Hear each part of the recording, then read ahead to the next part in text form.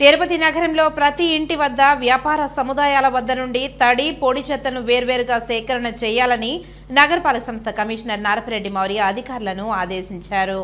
నగరంలో పారిశుద్ధ్య నిర్వహణ, ఇంటింటి చెత్త సేకరణ, వాహనాల జీపీఎస్ ట్యాగింగ్, వాహనాల రూట్ మ్యాప్ తదితర అంశాలపై హెల్త్, ఇంజనీరింగ్ అధికారులతో శుక్రవారం సమావేశమై సమీక్షించారు. ఈ సందర్భంగా కమిషనర్ మాట్లాడుతూ నగరంలోని ఇంటింటి వద్ద నుండి వ్యాపార సముదాయాలు, అపార్ట్మెంట్ల నుండి తడి పొడి చెత్త సేకరణ విధిగా చేపట్టాలని అన్నారు.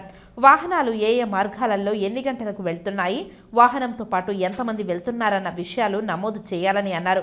100% ముఖ ఆధారిత హాజరు నమోదు చేపట్టాలని అన్నారు. ప్రతి వాహనానికి జీపీఎస్ ఏర్పాటు, ఎక్కడ తిరుగుతున్నాయి అనే విషయాలు రికార్డ్ చేయాలని అన్నారు. తెల్లవారుజామునే నగరంలోని చెత్త కుప్పలు తొలగించి పారిశుద్ధ పనులు చేయాలని అధికారులను ఆదేశించారు.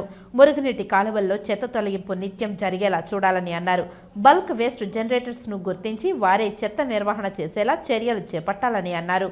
వార్డులకు ప్రత్యేకంగా నియమించిన అధికారులు పర్యవేక్షించి మెరుగైన పారిశుద్ధ్య నిర్వహణకు కృషి చేయాలని అధికారులను ఆదేశించారు. ఈ సమావేశంలో అదనపు commissioner Charan Tej Reddy, deputy commissioner Amarayya, superintendent engineer Shyamasundar, municipal ఇంజనీర్లు తులసి కుమార్, గోమతి, డిఈలు Mahesh, Ramana, health officer doctor Yuva Anvesh Reddy, revenue అధికారులు సేతు మాధవ్, శానిటరీ సూపర్వైజర్లు చెంచయ్య, సుమతి, శానిటరీ ఇన్స్పెక్టర్లు తదితరులు పాల్గొన్నారు.